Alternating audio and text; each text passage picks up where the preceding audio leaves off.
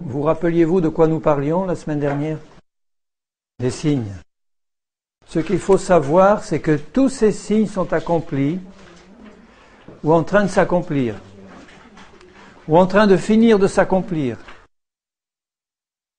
Et Jésus a dit, quand vous verrez ces choses commencer à se produire, levez vos têtes. Notre délivrance approche. Alors le 11e signe, je suis dans Matthieu 24 toujours, et nous étions arrivés au verset 12, juste après l'annonce des faux prophètes qui séduiront beaucoup de gens. Vous savez, quand les gens sont séduits, ils ne sont pas séduits dans la vérité, ils sont séduits dans l'erreur. Or, quand on est séduit dans l'erreur s'accompagne toujours d'impureté, de mensonges, de haine, enfin de tout ce qui touche au caractère de Satan. Il est le menteur et le père du mensonge. Donc plus on s'écarte de la vérité qui est Jésus et on se rapproche de la séduction et du menteur, plus on reçoit des choses qui sont dans la nature de Satan. Alors que plus on s'approche de Jésus qui est la vérité, plus on reçoit des choses qui sont dans la nature de Jésus. Donc quand la séduction augmente, l'iniquité augmente aussi.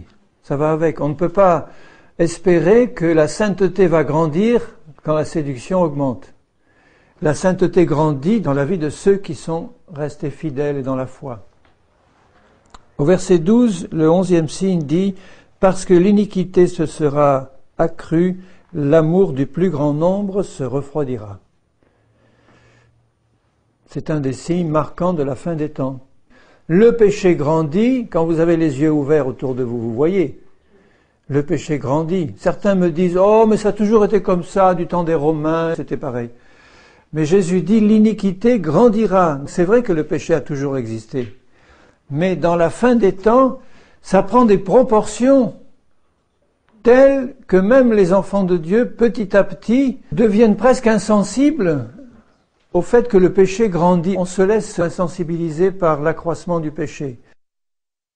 On a pu voir ça quand on se promenait dans les rues de Jérusalem, il y a un peu plus d'un an. Je disais à Elk, mais il y a quelque chose de bizarre. C'est pas parce que c'est la ville de Dieu, la ville sainte, enfin bon. Mais la ville de Jérusalem est presque entièrement privée de panneaux publicitaires. Vous en voyez de temps en temps des petits panneaux sur les abribus ou des petits encarts grands comme une grande feuille de papier, mais il n'y a aucun panneau publicitaire. Mais je vous assure que ça change déjà l'atmosphère d'une ville.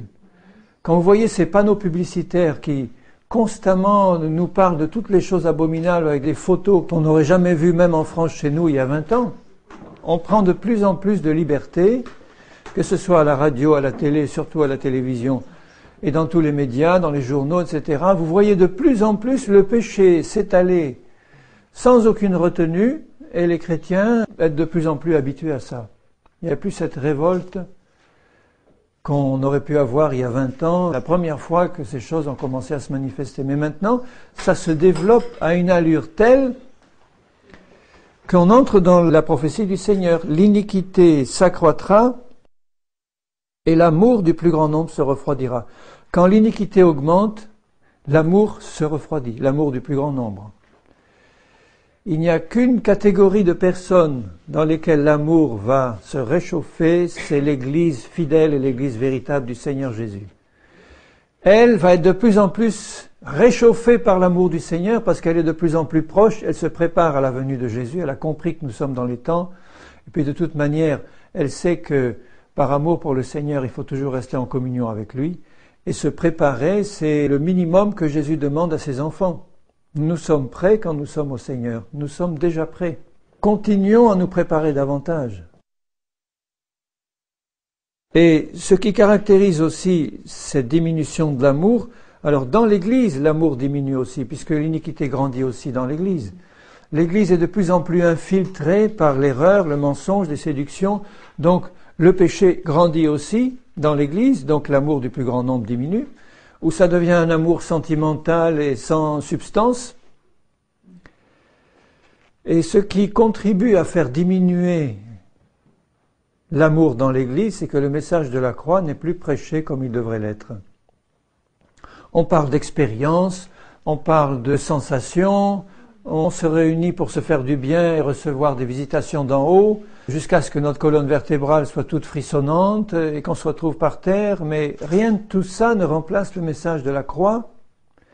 Et c'est le message de la croix qui nous permet de comprendre l'attitude juste vis-à-vis de la chair et qui nous permet de comprendre ce que Jésus a fait et la victoire totale qu'il a remportée sur le malin. Plus le message de la croix est prêché, plus la foi réelle grandit dans la crucifixion de la chair et dans la victoire de Jésus. Et si le message de la croix n'est pas prêché dans les églises, la séduction et l'iniquité vont augmenter puisque la croix règle le problème de la chair. Si la croix n'est pas prêchée, la chair a libre possibilité de se développer, de se manifester. Sous des formes très religieuses, mais enfin c'est quand même la chair. Et derrière la chair, les esprits séducteurs sont là. Jésus vient de dire, celui qui persévérera jusqu'à la fin sera sauvé. J'aurais presque pu mettre ça comme un signe supplémentaire, c'est que dans l'église de Jésus, la persévérance va être la qualité des chrétiens des derniers temps. Ils vont être tellement bombardés à gauche, à droite, devant l'iniquité qui grandit, dans l'église, la séduction, etc., que celui qui va persévérer les yeux sur Jésus, avec que la parole du Seigneur dans son cœur, celui-là sera sauvé. C'est une promesse formidable. Persévérons, bien-aimés, persévérons. Ne nous laissons nous détourner par rien, ni personne. Que ce soit notre femme, notre mari, nos parents, nos enfants, même s'ils essayent de nous détourner, restons aveugles, sourds et muets, les yeux fixés sur Jésus, les yeux de notre cœur sur sa parole, et continuons d'avancer sur la route qu'il nous a tracée. Celui qui persévérera jusqu'à la fin sera sauvé. Et celui qui persévère, c'est celui qui serre les dents et qui continue d'avancer, envers et contre tout. Vous faites partie de cela? Tu fais partie de cela? Amen.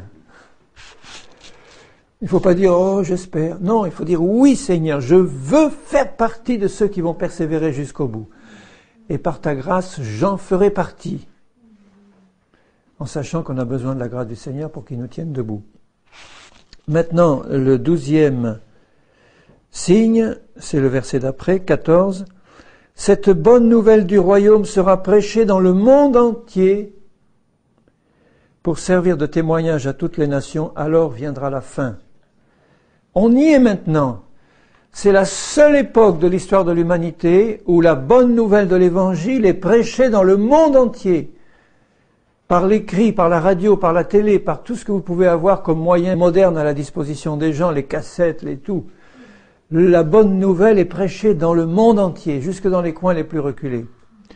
Bon, il n'est pas dit là, attention, parce qu'il y a des chrétiens qui disent « Oh, mais j'ai le temps !» D'ici que toute la terre soit évangélisée, on a le temps de voir venir le Seigneur. C'est pas ça qui est dit. Il n'est pas dit que la terre entière sera évangélisée. Il est dit simplement que la bonne nouvelle sera prêchée dans le monde entier.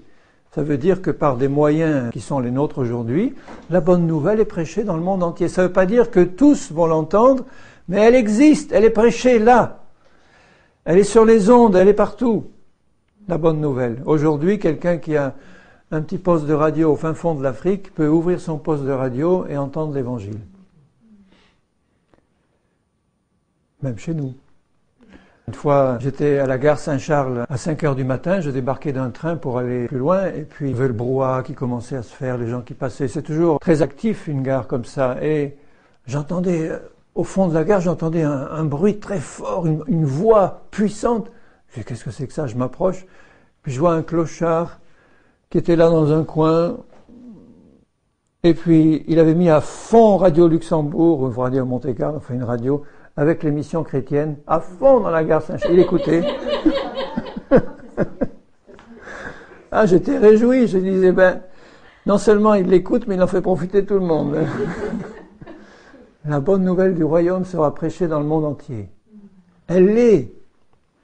Il ne dit pas que tous les hommes de la terre écouteront, il est dit qu'elle sera prêchée dans le monde entier, pour servir de témoignage à toutes les nations. Je crois qu'on est dans ces temps-là. Ça y est maintenant. Maintenant, c'est même par satellite, enfin tout. Alors viendra la fin. Du temps de Jésus, la bonne nouvelle n'était pas prêchée, loin de là, dans le monde entier. Même 40 ou 50 ans après, elle était prêchée dans tout le monde connu romain de l'époque, mais les Chinois, les Hindous et les autres n'avaient pas entendu parler. Maintenant, le monde entier est couvert. Au verset 15, ça c'est le 13e signe. C'est pourquoi, lorsque vous verrez l'abomination de la désolation dont a parlé le prophète Daniel, établie en lieu saint, que celui qui lit fasse attention. Alors que ceux qui seront en Judée fuient dans les montagnes, que celui qui sera sur le toit ne descende pas pour prendre ce qui est dans sa maison, et que celui qui sera dans les champs ne retourne pas en arrière pour prendre son manteau. Malheur aux femmes qui seront enceintes et à celles qui allaiteront en ces jours-là. Priez pour que votre fuite n'arrive pas en hiver, ni un jour de sabbat.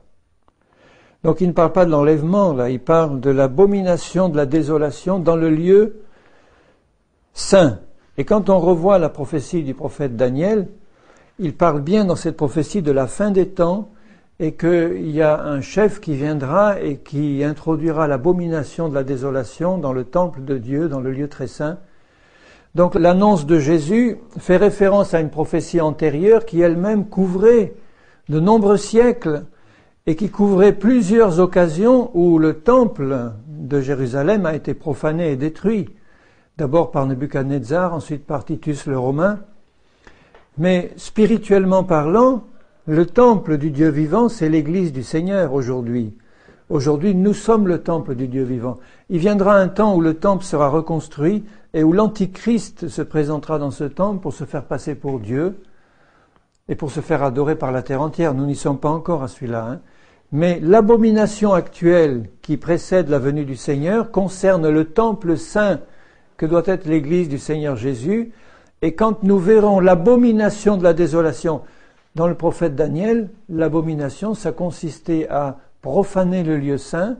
Antiochus Épiphane, qui avait profané le temple, avait sacrifié une truie sur l'autel de l'Éternel, alors que le porc est considéré comme l'animal le plus impur par les Juifs. C'était vraiment, il a ouvert le temple, il l'a saccagé, il a institué toutes sortes d'abominations dans le temple, des idoles, des prostitutions, enfin c'était quelque chose d'abominable. Les Juifs pieux qui étaient là, quand ils ont vu ça, ont vu pour eux vraiment l'abomination de la désolation. Et pour nous, l'abomination de la désolation aujourd'hui, dans la fin des temps, c'est de voir s'introduire dans l'Église de Jésus-Christ de plus en plus de choses abominables, qui étaient même impensables il y a une vingtaine d'années. On n'osait pas imaginer que des choses pareilles allaient se passer aujourd'hui. Et c'est ce qui se passe aujourd'hui dans beaucoup d'églises chrétiennes, des abominations épouvantables.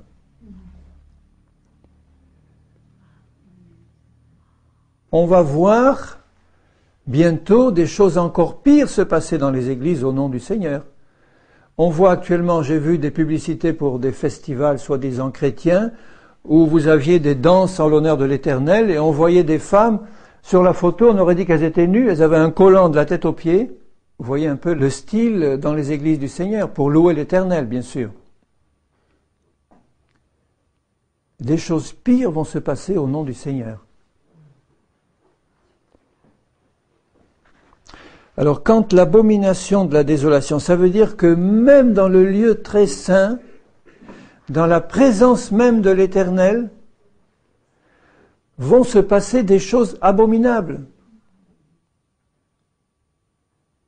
Ils n'ont pas hésité à désacraliser le temple en entrant dans le lieu très saint pour le dévaster. Bon, le Seigneur n'est pas intervenu pour détruire ceux qui faisaient cela. Il réserve son jugement pour le jour du jugement, mais ils n'ont pas hésité à rentrer dans le lieu très saint, le lieu le plus saint où même les sacrificateurs n'osaient pas entrer pour faire les choses les plus abominables. Alors quand nous verrons ces choses, il dit « fuyez ». Ça ne veut pas dire forcément fuir au sens physique du terme parce qu'on est pourchassé par les ennemis. Ça veut dire « sortez du milieu d'eux, mon peuple ». Quand vous voyez ces choses se passer dans une église, quand vous voyez l'église qui est normalement le temple du Seigneur, accepter tous ces compromis, ces abominations, ces séductions, se passer dedans, sous vos yeux, bon, il y a un temps où l'apôtre Paul dira « ôtez le méchant du milieu de vous », mais il y a des moments où ce n'est plus possible. Si Paul pouvait dire ça, c'est qu'il était en position d'apôtre, il avait avec lui un certain nombre d'anciens et de responsables qui étaient d'accord, et il pouvait parler aux Corinthiens de la sorte pour dire « ôtez le méchant ». Mais aujourd'hui, on ne peut plus ôter le méchant, c'est nous qui devons sortir. Parce qu'il y a tellement d'abominations qui se passent, enfin je parle en général, hein, j'en fais pas une loi, une règle absolue, parce que Dieu conduit chacun. Mais quand on voit l'abomination de la désolation se passer dans une église du Seigneur, eh bien je pense que la meilleure des solutions, c'est de fuir, comme le Seigneur le dit là. Fuyez dans les montagnes, fuyez dans les lieux, enfin spirituels, propres et purs, si vous en trouvez encore. Au verset 21, le Seigneur dit, toujours à propos de cette fin des temps, car alors la détresse sera si grande qu'il n'y en a point eu de pareil depuis le commencement du monde jusqu'à présent, et qu'il n'y en aura jamais. Et si ces jours n'étaient abrégés, personne ne serait sauvé, mais à cause des élus, ces jours seront abrégés.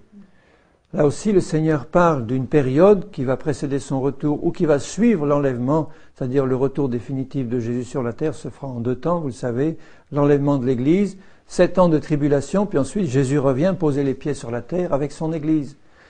Et cette période-là est caractérisée par une grande détresse qui ne fait que commencer.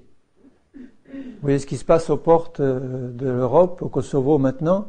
C'est une détresse pour 500 000 personnes et peut-être plus demain qui sont jetées sur les routes. Et ça s'est passé constamment depuis que Jésus parlait.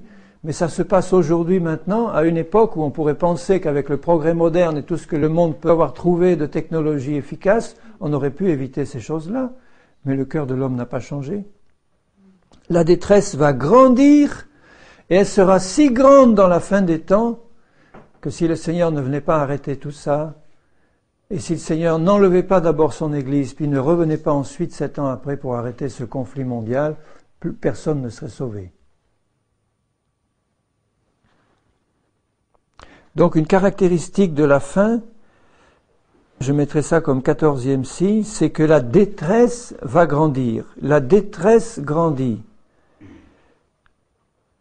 Et la grande tribulation sera un temps de détresse terrible. Je peux imaginer la détresse des Juifs qui étaient poursuivis par les nazis pendant la dernière guerre. Nulle part un endroit pour se cacher, nulle part un endroit de sécurité. Partout poursuivis, chassés comme des animaux, tués sans pitié, hommes, femmes, enfants, vieillards. Eh bien, ce sera la même détresse pour les chrétiens qui vont rester, la même détresse pour les païens qui seront là, impliqués dans ce conflit terrible. Une détresse épouvantable. Et puis, je ne parle pas seulement de la détresse des guerres et des persécutions, mais je parle des détresses dans le cœur. Des détresses de gens qui n'ont pas de solution pour leurs problèmes, qui sont là à tourner en rond sans savoir comment ils vont s'en sortir. Je me demande aujourd'hui comment on peut vivre sans Christ dans ce monde aujourd'hui. À moins de s'éclater complètement et devenir fou par une recherche constante de plaisir pour oublier, ou dans la drogue ou dans la boisson, mais comment est-ce qu'on peut vivre sans Christ? Comment est-ce qu'on peut vivre en paix sans Christ aujourd'hui? Regardez la détresse des gens, la détresse de la solitude, la détresse partout dans le monde, les gens qui n'arrivent pas à communiquer, les familles qui se brisent, les divorces. Tout ça grandit sous nos yeux. Et ça occasionne des détresses de plus en plus grandes. Des hommes et des femmes qui sont dans la détresse. Ils vous le diront peut-être pas, mais quand vous les prenez entre 4 yeux et qu'ils osent ouvrir un peu leur cœur, vous voyez la détresse. Et cette détresse, d'ailleurs, elle est programmée volontairement par les gens qui dominent ce monde et qui le préparent pour l'Antichrist, parce qu'ils savent très bien que dans la détresse, les gens ne sachant vers qui se tourner, vont se tourner vers un sauveur. L'Antichrist va se présenter comme le sauveur du monde. Le monde a rejeté Jésus comme sauveur, il va accepter l'Antichrist comme sauveur. La détresse sera tellement grande, pas de travail, des famines, même dans des pays comme les États-Unis ou ailleurs, il peut y avoir des moments de famine et des moments de détresse, des catastrophes, des cataclysmes, ou chez nous. Et la détresse sera tellement grande, les gens en auront tellement assez que quand ils verront arriver l'Antichrist avec son intelligence et ses solutions et ses miracles, ils se tourneront vers lui. Quelqu'un qui est dans la détresse, il cherche du secours. C'est comme ça que ceux qui sont dans la détresse vont consulter des astrologues, des guérisseurs et des devins, et des sectes, parce que ils espèrent pouvoir sortir de leur détresse. Donc la détresse est programmée par tous ces gens-là pour pouvoir préparer le chemin de l'Antichrist. Et c'est pourquoi il ajoute au verset 23, si quelqu'un vous dit alors le Christ est ici ou il est là, ne le croyez pas. Parce que la détresse est tellement grande que si quelqu'un crie « Le Christ est là-bas, il s'est manifesté, ou on l'a vu là-bas », les gens vont dire « Allons-y pour voir, on va peut-être être secourus ». N'y allez pas, dit Jésus. Restez tranquille. Le Seigneur est là dans votre chambre et dans votre cœur. Pourquoi il dit ça? Parce qu'il s'élèvera de faux Christ et de faux prophètes. Plus haut, il parlait de gens qui venaient en son nom en disant « Je suis le Christ ». Là, il parle de faux Christ au pluriel, de faux oins au pluriel, et de faux prophètes. Donc ce verset 24, c'est le 15e signe de faux prophètes et de faux Christ qui feront de grands prodiges et des miracles au point de séduire, s'il était possible, même les élus. Et je l'ai dit et je le répète, beaucoup d'élus sont séduits. Normalement, ça ne devrait pas être possible, mais beaucoup d'élus sont séduits parce qu'ils se jettent tête baissée, sans contrôler, sans vérifier, sans prier, sans lire la Bible pour voir ce qu'elle dit. On leur parle d'un grand réveil mondial, on leur dit attention, Jésus est en train de se manifester là, en Argentine ou ailleurs, et ils y courent et ils y volent. Et souvent ils reviennent déçus parce qu'ils se rendent compte que toutes les séductions qui sont chez nous fleurissent aussi là-bas. C'est pas tout de gagner des âmes, il faut aussi les mettre dans le moule de la parole, leur apprendre la vérité et leur apprendre le vrai Jésus et le véritable évangile. Si on va évangéliser des foules et puis qu'ensuite on les met dans des moules abominables où on leur donne des fausses doctrines, une fausse organisation d'église et des systèmes pyramidaux avec encore toutes les traditions des hommes, qu'est-ce qu'elles vont faire ces âmes-là? Elles vont tenir? Ou elles risquent de tomber aussi dans la séduction? Mais une brebis du Seigneur qui est sur ses gardes et qui fait ce que Jésus dit, c'est-à-dire qui fait attention, qui veille et qui prie, ne sera pas séduite. Il pourra y avoir devant vous les plus grands miracles et les plus grandes choses qui vont se passer. Vous allez entendre la voix du Saint-Esprit dans votre cœur qui vous dit « Attention, ce n'est pas de Dieu ». Et ce ne sont pas les miracles qui vont vous attirer en priorité. Donc de grands prodiges et de grands miracles. C'est un temps de surnaturel que nous vivons de plus en plus dans la fin des temps. Le surnaturel va se développer de plus en plus. Mais ce ne sera pas le surnaturel de Dieu. Des grands prodiges et des grands miracles, des faux. Voici, je vous l'ai annoncé d'avance, si on vous dit, il est dans le désert, n'y allez pas, il est dans les chambres, ne le croyez pas. Car comme l'éclair part de l'Orient et se montre jusqu'en Occident, ainsi sera l'avènement du Fils de l'homme. Donc, à la fois l'enlèvement sera soudain, et il enlèvera les chrétiens près d'une manière soudaine, inattendue, et en même temps le retour du Seigneur à la fin de la bataille d'Armageddon sera soudain et brutal sur la montagne des Oliviers. Il posera les pieds et tout sera réglé. Et il détruira ses ennemis par le feu et l'épée qui sort de sa bouche. Comme un éclair. Le 16e signe au verset 32, « Aussitôt après ces jours de détresse, le soleil s'obscurcira, la lune ne donnera plus sa lumière, les étoiles tomberont du ciel, les puissants des cieux seront ébranlés. Alors le signe du Fils de l'homme paraîtra dans le ciel, toutes les tribus de la terre se lamenteront, et elles verront le Fils de l'homme venant sur les nuées du ciel avec puissance et une grande gloire. » Ça, c'est pas l'enlèvement, ça. Vous voyez que la vision de Jésus, elle couvre toute la période depuis l'enlèvement de l'Église, la grande tribulation et le retour du Seigneur. Ça annonce le retour du Seigneur sur la terre où tout le monde le verra. Alors que l'enlèvement, c'est nous qui montons à la rencontre du Seigneur. Je ne sais pas si les autres nous verront monter. Peut-être qu'ils nous verront comme ils ont vu, les disciples ont vu Jésus monter. Mais enfin, ce qui compte, c'est que nous montions à sa rencontre. Mais quand Jésus reviendra et posera les pieds sur la terre entière le verra et se lamentera. Les Juifs les premiers.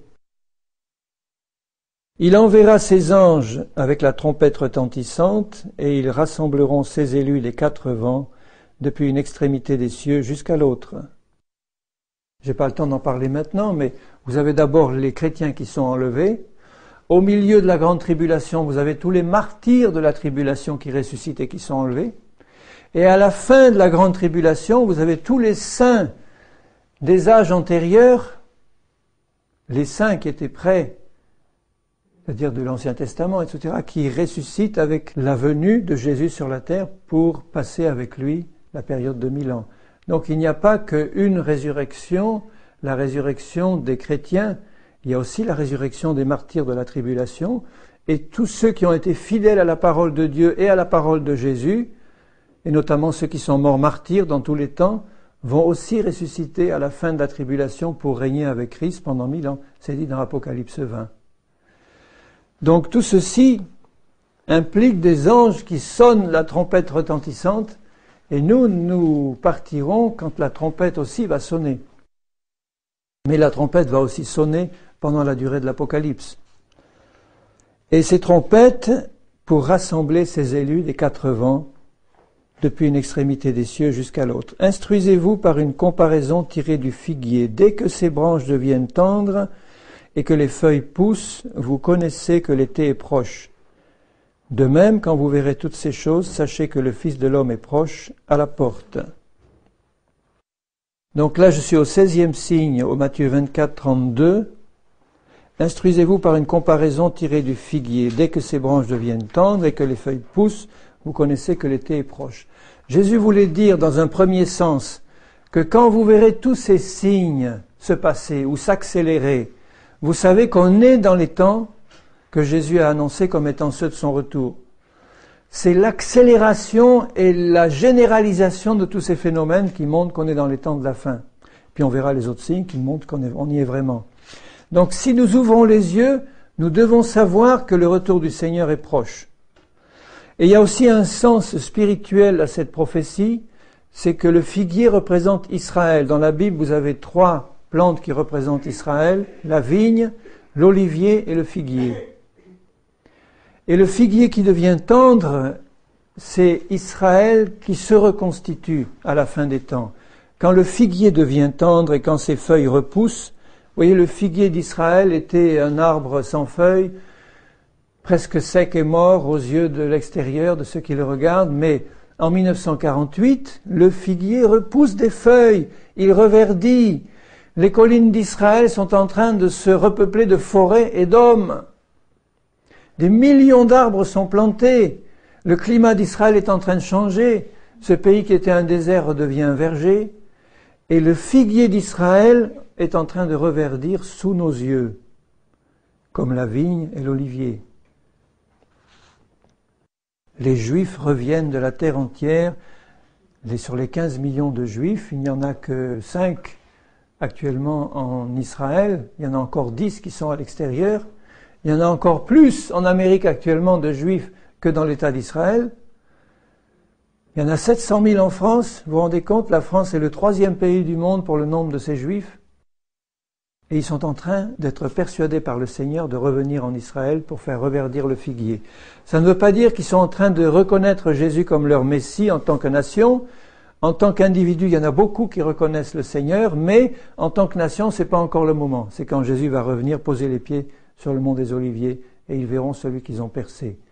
Mais le Saint-Esprit est en train de travailler le cœur de beaucoup de Juifs, même si en tant que nation, ils ne sont pas encore dans la reconnaissance du Messie.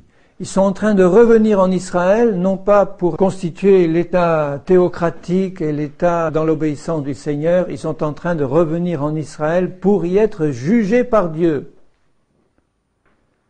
Notamment au cours de la grande bataille finale et au cours des invasions qui vont se produire sur Israël, où 1/3 des Juifs vont encore être exterminés, nous dit Zacharie. Donc le figuier représente Israël. On lira dans Zacharie 12 à 14 quelques prophéties qui concernent la fin des temps. Mais sachez que, mettez-vous bien ça dans le cœur, que les Juifs reviennent actuellement en Israël parce que les prophéties les font revenir. Ils y reviennent pour être jugés par Dieu sur les montagnes d'Israël et dans la plaine de Jizréel. Parce que leur cœur endurci n'a pas encore reconnu le Seigneur. Ils résistent encore à la reconnaissance du Messie. Le 17e signe dans Matthieu 37, Jésus vient de dire « Le jour et l'heure » au verset 36, « Personne ne le sait, ni les anges des cieux, mais le Père seul. » Et il dit au verset 37, « Ce qui arriva du temps de Noé arrivera de même à l'avènement du Fils de l'homme. » Vous voyez, l'avènement du Fils de l'homme, c'est la période de temps qui concerne le retour du Seigneur Jésus et qui commence par l'enlèvement. Ensuite, après l'enlèvement, vous avez dans le ciel les noces de l'agneau et sur la terre la grande tribulation. Puis le retour de Jésus pour régner pendant 1000 ans qui va marquer vraiment, physiquement, son avènement sur la terre comme roi de la terre et d'Israël. Donc la période qui concerne l'avènement du Seigneur Jésus et qui commence par l'enlèvement est caractérisée par ce qui se passait du temps de Noé. Et il explique, car, verset 38, dans les jours qui précédèrent le déluge représente ici la grande tribulation. Les hommes mangeaient et buvaient, se mariaient et mariaient leurs enfants, jusqu'au jour où Noé entra dans l'arche. Et ils ne se doutèrent de rien. Donc ce qui caractérise la fin des temps, c'est que les gens deviennent de plus en plus occupés par leurs affaires personnelles, se marier, marier leurs enfants, vendre, acheter, etc., des maisons. Et ils ne se préoccupent plus ni de Dieu, ni de la catastrophe annoncée par Dieu lui-même et par ses prophètes qui va se passer sur la terre, c'est-à-dire le déluge de feu qui va venir sur la terre, la grande tribulation qui va venir, la parole de Dieu en parle, les prophètes que Dieu envoie encore en parlent, les chrétiens fidèles en parlent, mais autour de vous dans le monde, qu'est-ce que vous voyez? Malgré la détresse, malgré tout ce qui se passe, pas un signe de vraie repentance, les hommes continuent à vaquer à leurs occupations, et puis à se marier, à marier leurs enfants, comme si de rien n'était. Ils ne se doutent pas de ce qui va arriver sur la terre, cette catastrophe qui va venir sur la terre. Ils ne se doutent pas. Ils voient bien que ça va pas, mais ils espèrent que ça va s'arranger, que bon, il va y avoir, quelqu'un va venir finalement pour remettre de l'ordre. Ils ne se doutent pas que ça va finir par un jugement qui va manquer de détruire presque toute la terre, comme au temps de Noé. Est-ce que vous voyez autour de vous les gens dans la rue réfléchir à tous ces événements en se disant « mais il y a un jugement de Dieu qui vient, il va falloir que je mette ma vie en règle. C'est en train de me parler, je vais me tourner vers le Seigneur pour me convertir et marcher droit. » On ne voit pas ça. On voit les gens inquiets, les gens angoissés, les gens se demander ce qui va se passer, mais ça ne les pousse pas, en général, à la repentance. Bien sûr, quelques-uns peuvent être touchés, mais dans la grande masse, ils ne se repentent pas. Noé qui prêchait en disant « Le déluge va venir, vous allez tous périr, il y a de la place dans mon arche, venez !» Il se moquait de lui en disant « Mais ce vieux-là, qu'est-ce qu'il vient faire avec son engin? Là, on ne sait pas à quoi ça peut servir, c'est un vieux fou. Il nous annonce une pluie, mais il n'a jamais plu, on n'a jamais vu ça. » Et ça se passait aussi du temps de Lot pour Sodome et Gomorrhe. Ils ne se doutèrent de rien, jusqu'à ce que le déluge vint et les emporta tous. Il en sera de même à l'avènement du Fils de l'homme. Alors, de 2 hommes qui seront dans un champ, l'un sera pris, l'autre sera laissé. Voilà l'enlèvement, là, ici, annoncé directement par Jésus. De 2 femmes qui moudront à la meule, l'une sera prise, l'autre laissée. Veillez donc, puisque vous ne savez pas quel jour votre Seigneur viendra. Au verset 44, « C'est pourquoi vous aussi tenez-vous prêts, car le Fils de l'homme viendra à l'heure où vous n'y penserez pas. » Les chrétiens seront prêts, mais ils n'y penseront pas à l'heure où viendra Jésus. Bien sûr, ils sont prêts à partir, mais à l'heure où viendra Jésus, ils n'y penseront pas. Alors si ceux qui sont prêts ne savent pas à quelle heure et n'y pensent pas à quelle heure, ils sont prêts, ils savent que si Jésus vient, ils seront prêts à partir. Mais à combien plus forte raison les chrétiens tièdes dans le compromis, ils n'y pensent pas au retour du Seigneur. Ils peuvent l'espérer, ils peuvent dire oui, bon, on sait que Jésus va revenir un jour, mais c'est pas sitôt, c'est pas demain la veille. Où sont aujourd'hui les églises où on prêche avec ardeur de la venue proche du Seigneur. Si, vous avez quelques églises qui en parlent. Mais dans l'ensemble de la chrétienté, on préfère parler plutôt du réveil qui vient que du retour imminent du Seigneur. Le retour imminent du Seigneur devrait être le thème numéro 1 de prédication, en disant préparez-vous, c'est l'heure, on y est. Et il ne faut pas rester derrière. Ça va être atroce. Si c'était prêché partout, les gens se prépareraient. Ils diraient, mais on a vraiment là des conducteurs spirituels qui ont conscience du danger et qui nous secouent.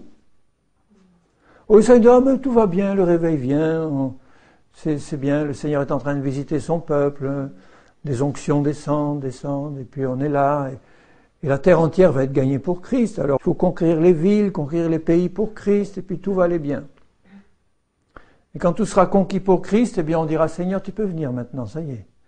Le monde t'attend, il est prêt. C'est pas ça du tout. Et il y en a qui enseignent ça, qui disent que Jésus ne reviendra pas tant que la terre entière ne sera pas conquise pour Christ. Et on lui présentera ça comme un beau cadeau. Une séduction de plus. Donc l'Église ne pense pas au retour proche du Seigneur. Elle le sait comme ça parce qu'on lui a dit. Mais si elle le vivait dans le fond de ses entrailles en disant « On y est maintenant, je sais, le Saint-Esprit m'a parlé, sa parole aussi. On est dans les temps. » Si quelqu'un vous disait « Il te reste 1 heure à vivre », comment tu emploierais cette heure? Est-ce que tu l'emploierais à t'occuper de choses frivoles ou futiles en disant « Bon, j'ai 1 heure, j'ai le temps ». Tu irais vers les choses sérieuses, tu mettrais ta vie en règle, tu occuperais de tes affaires, ta famille, comme quand le prophète est allé trouver le roi Ézéchias. Tu vas mourir, mets ta maison en ordre. Si on te disait « Il te reste 1 heure à vivre », comment tu utiliserais l'heure qui te reste? Eh bien, l'Église, elle est dans cette situation-là. On lui dit, Jésus arrive, peut-être dans la minute qui suit, dans l'heure qui suit, et tu t'occupes de quoi? De futilité, de balivernes, de bêtises. Au lieu de te préparer et de dire, dans cette heure qui suit, je vais être un instrument puissant pour le Seigneur pour en arracher encore quelques-uns du feu. Soit des âmes perdues qui ne te connaissent pas, Seigneur, soit des chrétiens qui ne sont pas prêts. Que ce soit dans la prière, l'intercession. Tu vois, on n'a pas la conscience dans l'Église de l'urgence du retour du Seigneur Jésus. Et c'est un des signes de la fin. Je mettrai ça en 18e, Matthieu 24, 44. Le Fils de l'homme viendra au moment où vous n'y penserez pas. Je ne parle pas seulement de chrétiens prêts qui ne savent pas exactement l'heure et la seconde, mais de l'Église de Jésus qui n'a pas du tout le sens de l'urgence, du tout, et qui ne se prépare pas comme si le Seigneur allait vraiment venir dans l'heure qui suit. Le 19e signe dans Matthieu 25, c'est la parabole des vierges sages et des vierges folles. Je ne vais pas la lire tout entière, mais la leçon qu'il faut retenir de cette parabole, puisque Jésus dit « Alors, le royaume des cieux sera semblable à 10 vierges, qui, ayant pris leur lampe, allèrent à la rencontre de l'époux. » Et on voit bien qu'au milieu de la nuit, un cri retentit, l'époux est là, et il y en a 5 qui entrent dans la salle des noces, 5 qui sont laissés dehors. Elles sont toutes vierges. Donc il ne s'agit pas de pécheurs du monde, ce sont des vierges. Ce sont des hommes et des femmes qui ont été rachetés par le sang de Jésus, sinon ils ne seraient pas appelés vierges. Mais la différence entre les vierges folles et les vierges sages, au moment du retour de Jésus, au milieu de la nuit, c'est que les vierges sages avaient leurs lampes pleines d'huile, elles étaient remplies du Saint-Esprit. Les autres étaient vierges, elles étaient sauvées, mais elles n'étaient pas remplies du Saint-Esprit. Le Seigneur vient enlever une église qui est née de nouveau, qui est baptisée d'eau par immersion et qui est remplie de l'Esprit. Et être rempli de l'Esprit, c'est avoir constamment sa réserve pleine. Parce que tu risques, si elle n'est pas pleine, de ne pas pouvoir arriver jusqu'au moment où l'heure va sonner, l'heure de l'arrivée de Jésus. Cette onction du Saint-Esprit qui est sur nous et qui doit nous remplir, on ne peut pas nous en prendre et la donner à ceux qui n'en ont pas. Bien sûr que l'onction du Seigneur, elle peut se transmettre au sens que si tu as en face de toi quelqu'un qui est vraiment rempli de l'Esprit, Tu vas être stimulé toi-même et tu vas recevoir quelque chose de bon. Mais il va falloir que tu te positionnes devant le Seigneur pour dire « Seigneur, je veux être rempli moi aussi. Je ne veux pas dépendre constamment de Pierre, Paul ou Jacques pour me donner un peu de réserve. Parce qu'il risquerait d'y avoir pas assez pour lui et pour moi. Que lui soit rempli, que moi aussi je sois rempli. » Et je peux retirer cette huile gratuitement auprès du Seigneur Jésus. C'est lui qui baptise de l'Esprit, c'est lui qui la donne gratuitement. Il n'est pas question d'aller l'acheter contre quelque chose, il la donne, mais l'achat ici qui nous est demandé de faire, ça veut dire que je dois quand même payer un prix pour être rempli du Saint-Esprit. C'est gratuit, mais je dois payer un prix. Et le prix, c'est ma persévérance dans la fidélité, c'est ma persévérance dans l'amour pour le Seigneur et pour sa parole. Je ne peux pas faire n'importe quoi en disant je serai rempli quand même. Donc c'est gratuit, mais j'ai un prix à payer. Je dois demander avec foi et recevoir avec foi. Et pendant qu'elles allaient en acheter, l'époux arriva, la porte était fermée, et Jésus finit par dire, au verset 12, « Je vous le dis en vérité, je ne vous connais pas. » Je ne vous connais pas comme étant digne de rentrer avec moi dans la salle des noces de l'agneau. Et le Seigneur répète, « Veillez donc, puisque vous ne savez ni le jour ni l'heure. » Si aujourd'hui ta réserve est basse, il est encore temps de la remplir auprès du Seigneur Jésus.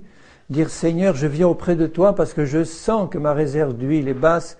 Je te demande de me remplir ce soir même. Et le Seigneur le donne, il donne avec libéralité, sans reproche. Il va te remplir aussitôt. Donc vous voyez la grande responsabilité de ces vierges, c'est de ne pas avoir prié le Seigneur Jésus de les remplir d'huile, il l'aurait fait sans problème. Elles ont négligé, elles n'ont pas été dans la foi, elles n'ont pas demandé. Toutes se réveillèrent et toutes allèrent à la rencontre de l'époux, mais il y en a que 5 qui sont rentrés, parce qu'elles n'avaient pas assez d'huile. Donc à la fin des temps, il n'est pas seulement indispensable de se réveiller personnellement pour voir dans quelle époque on est et pour nous préparer, il est indispensable d'être en permanence rempli. Toujours une réserve abondante. Et c'est pas une histoire difficile d'avoir une réserve pleine. Hein. Je vous le répète pour vous encourager, si tu veux être rempli, Dieu donne son Saint-Esprit à ceux qui le demandent et à ceux qui lui obéissent. Si tu vis une vie grossièrement dans le péché, que tu vas demander au Seigneur, remplis-moi, il va te dire, règle d'abord ton affaire, je vais te remplir après. Mais s'il n'y a rien dans ton cœur et que tu es là honnêtement devant le Seigneur, Seigneur, remplis-moi, j'en ai besoin, je veux tenir jusqu'à ce que tu viennes. Le Seigneur déverse et te remplit à ras-bord. Au point que tu diras, bon Seigneur, élargis mes limites un peu plus parce que j'en veux davantage. Et il le fera. Le 20e signe, alors maintenant j'aborde le chapitre 21 de Luc, parce qu'il y a dans ce chapitre 21 des signes qui sont déjà abordés par Matthieu, dont nous ne parlerons pas, mais des signes nouveaux qui ne sont que dans ce chapitre 21, et je voudrais les mentionner. Au verset 11, le Seigneur dit, il y aura de grands tremblements de terre, ça Matthieu nous l'a déjà dit, mais là, il y a quelque chose dont Matthieu ne parle pas, et il y aura en divers lieux des pestes et des famines. Donc le Seigneur avait parlé des tremblements de terre et des famines, mais là, il parle des pestes. Et vous savez ce que c'est qu'une peste? C'est une épidémie. Donc il y aura des maladies qui vont se répandre en divers lieux, des choses nouvelles et des choses graves qui vont caractériser la fin des temps. Et actuellement, ceux qui travaillent dans les milieux médicaux le reconnaissent. Il y a des maladies nouvelles qui apparaissent. Le sida en est une, mais ce n'est pas la seule. Des épidémies qui se répandent.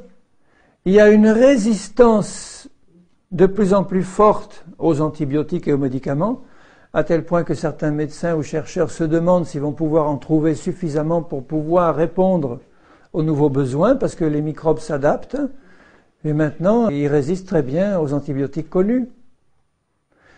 Et on sait très bien l'effet que ça peut faire. Si vous êtes bourré d'antibiotiques pendant des années, vous êtes plus sensible à l'effet de ces antibiotiques. Là, il y aura des pestes, des épidémies.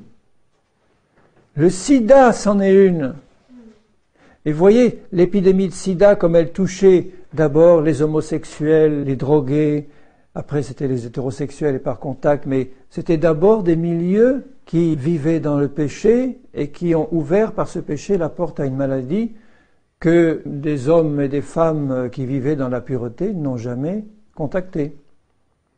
Des jeunes qui n'ont jamais eu des rapports en dehors du mariage ou des couples mariés qui vivent dans la sainteté de Dieu n'attrapent pas le sida.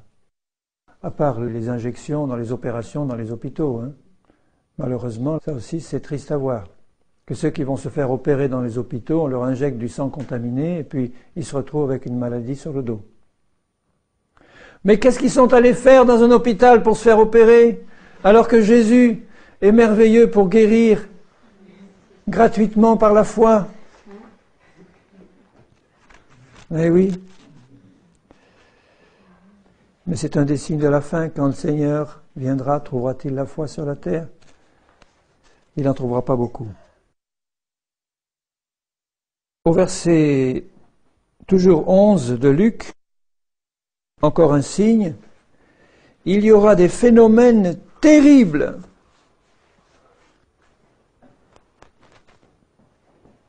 Alors qu'est-ce que c'est ces phénomènes terribles? Eh bien, c'est des catastrophes, tout simplement.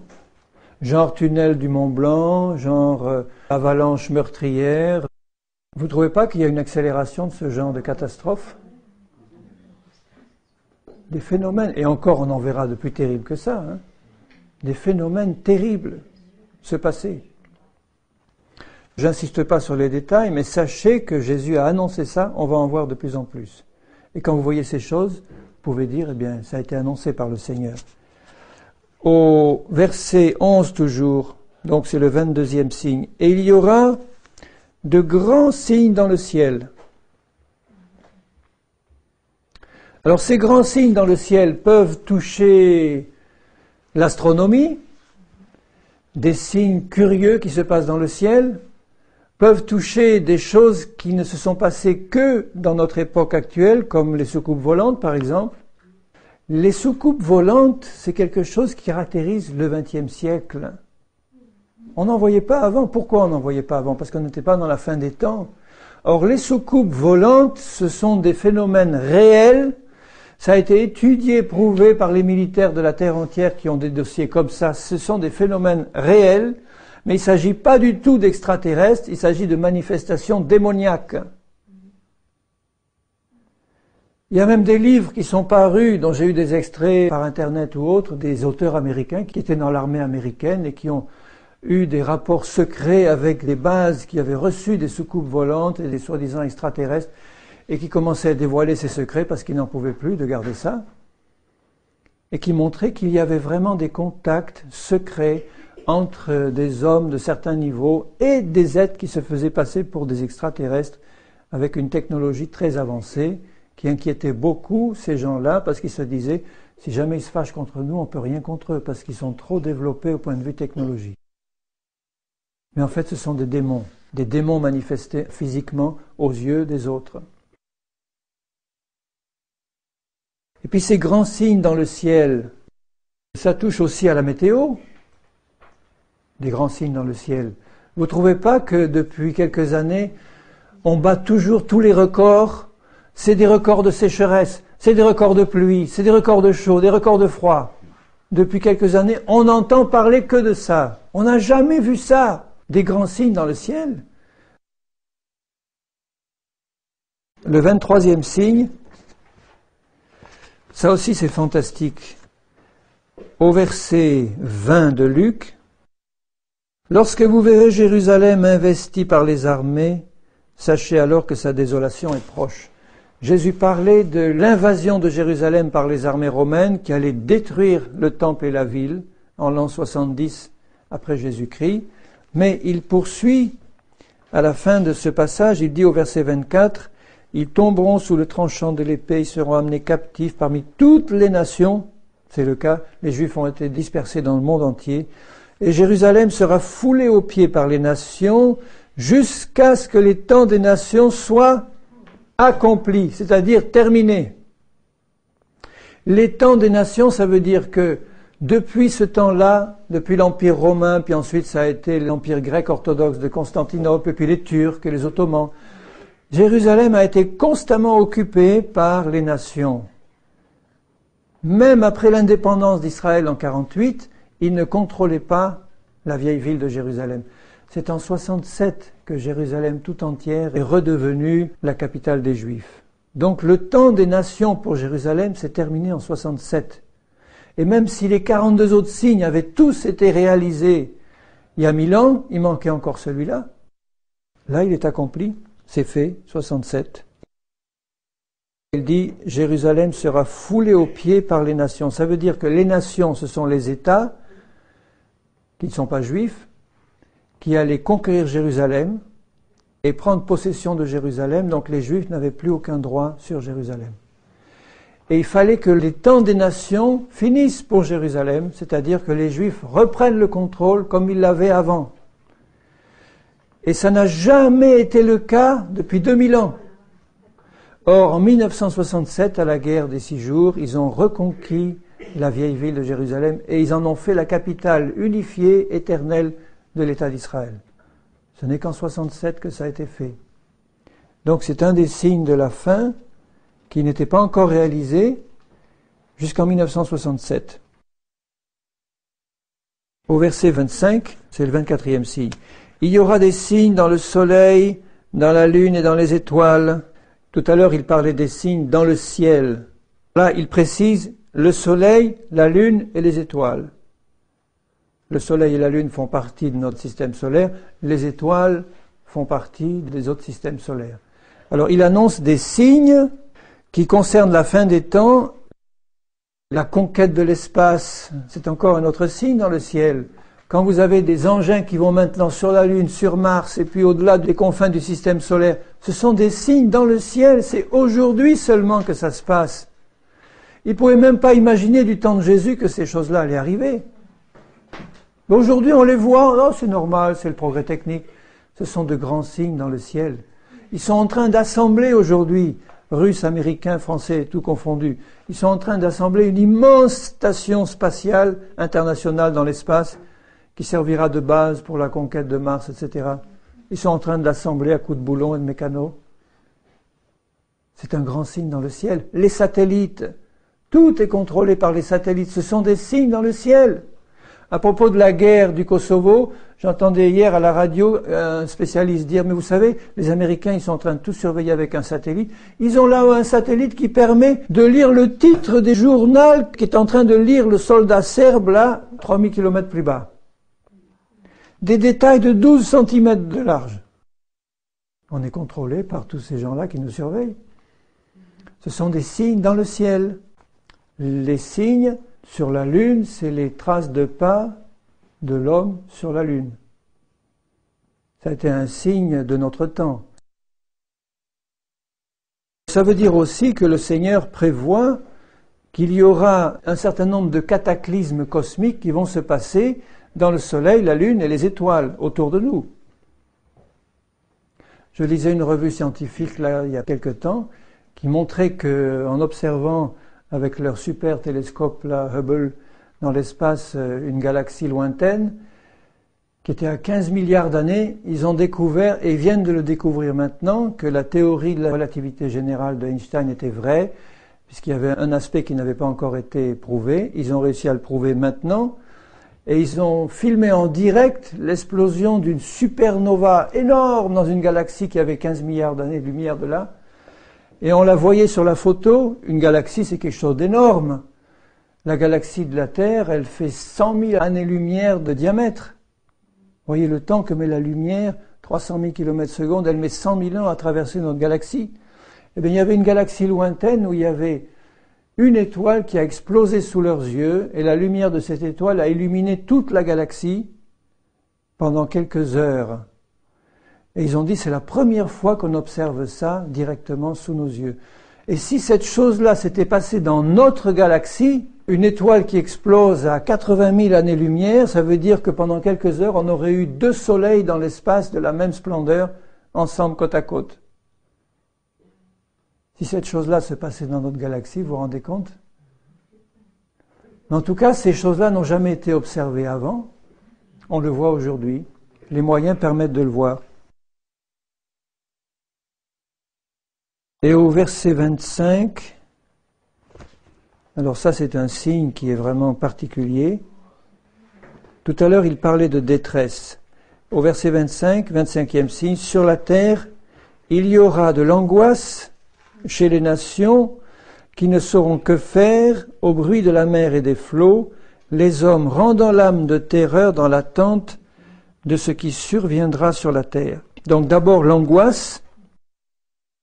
Or l'angoisse, c'est pas tout à fait la même chose que la détresse. La détresse, c'est quand on est vraiment désespéré. L'angoisse, c'est quelque chose de permanent et qui touche dans les viscères. C'est la crainte qui nous prend et l'angoisse qui prend les populations qui vont pas savoir ce qui va se passer pour la terre.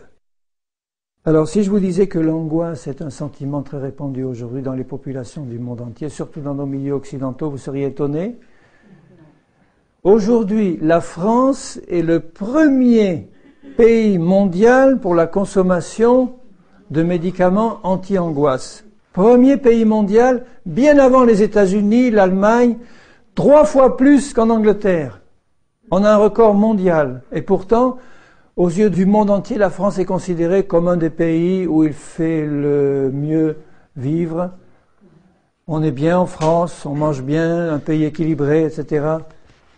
La France est considérée par une enquête que j'ai lue il n'y a pas tellement longtemps, je ne sais plus quel organisme l'a fait, comme le pays au monde où on vit le mieux. Je ne dis pas où les gens ont le plus d'argent, mais où on vit le mieux, d'après un certain nombre de critères de qualité de vie, etc.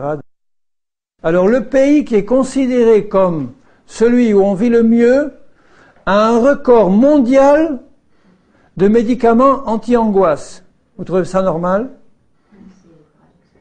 Oui, c'est très, très paradoxal. Ça veut dire que ce bonheur apparent ne suffit pas à remplir le cœur des gens. Il leur manque Jésus. Il y a une angoisse devant la mort, il y a une angoisse devant ce qui va se passer pour la terre, pour la France, est-ce qu'on va s'en sortir? Et quand je vous dirai que les psychiatres, merci Seigneur d'avoir sorti de la psycho, les psychiatres qui sont censés apporter la solution aux gens qui viennent les consulter pour leurs problèmes personnels, il est prouvé que c'est la profession où il y a le taux de suicide le plus élevé. Moi, je trouve ça normal parce que ils sont tellement envahis de gens qui viennent leur parler de leurs problèmes, et ils n'ont pas de solution, aucune solution. Et puis en plus, tous ces démons et ces esprits qui sont là et qui les attaquent en permanence, ils sont là submergés, et c'est pas étonnant qu'ils finissent par dire, bon ben, j'ai rien à leur apporter, qu'est-ce que je fais là? L'angoisse. Et toujours au verset 26, là c'est le 26e signe, les hommes rendant l'âme de terreur dans l'attente de ce qui surviendra pour la terre, car les puissants des cieux seront ébranlés. Donc, il parle là d'une angoisse particulière, c'est d'une terreur pour l'avenir de la terre, dans l'attente de ce qui surviendra pour la terre. Ça veut dire que la terre entière, c'est pas simplement tel pays ou tel autre, c'est la terre entière qui va éprouver de la terreur en se demandant qu'est-ce qui va arriver à cette terre. Et vous savez, le développement du mouvement écologique dans les pays occidentaux, en Amérique, en Allemagne, etc., vient de la terreur dans l'attente de ce qui va arriver pour la terre, la pollution, les déchets atomiques en Russie, tout. Et les environnementalistes sont en train de prendre de plus en plus de pouvoir. En Amérique, ça va tellement loin que maintenant des lois sur l'environnement commencent à priver les gens de leur propriété personnelle, soi-disant parce que ça pollue, ça empêche les ratons laveurs de se multiplier, etc. On les prive de leur droit de liberté personnelle. Et c'est ça qui angoisse les gens et les gouvernants. Est-ce que la pollution de l'eau, la pollution de l'air, l'ozone qui s'en va au pôle Nord et au pôle Sud, etc. Les gens se disent, mais est-ce qu'on va s'en sortir? L'effet de serre, les glaces qui fondent. Les gens se disent, mais la Terre... Les écologistes ont la terreur de voir la planète crever. Et ils sont en train de transmettre cette terreur à la population entière parce qu'en fait, les gens se posent des questions. Elle est en train de crever. Il va falloir que Jésus arrive pour régler tout ça. Vous vous rendez compte, si une centrale atomique vieillotte comme Tchernobyl a réussi à contaminer la Terre entière,